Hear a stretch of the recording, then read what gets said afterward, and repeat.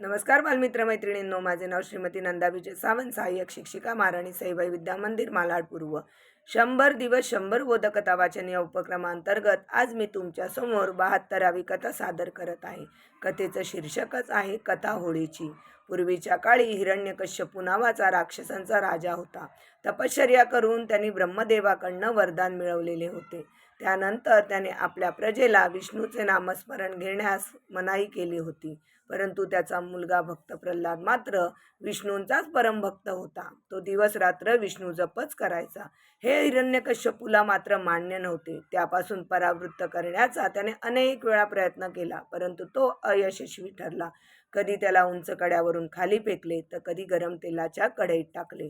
परंतु हे सगळे उपाय करून थकल्यानंतर त्याची बहीण होलिका हिरण्यकश्यपूला एके दिवशी म्हणाली, दादा, मला अग्निदेवाकडून असे वरदान मिळाले आहे की मला अग्नी जाळू शकत नाही. मी प्रल्हादाला अग्नीत घेऊन बसते, मी मात्र जळणार नाही.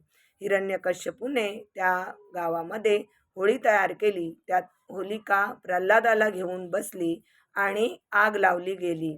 होलिका आपल्याच वरदानाच्या धुंदीत होती, परंतु तिथेही भक्त प्रल्हाद विष्णू नाम जपच करत होता आणि म्हणूनच विष्णू भक्तीमुळे होलिका मात्र पूर्णपणे जळून खाक झाली आणि प्रल्हाद सुखरूप राहिला. यानंतर देखील त्याच्या भक्तीने प्रसन्न होऊन विष्णूंनी नरसिंह अवतार घेऊन हिरण्यकश्यपूचा वध केला. धन्यवाद.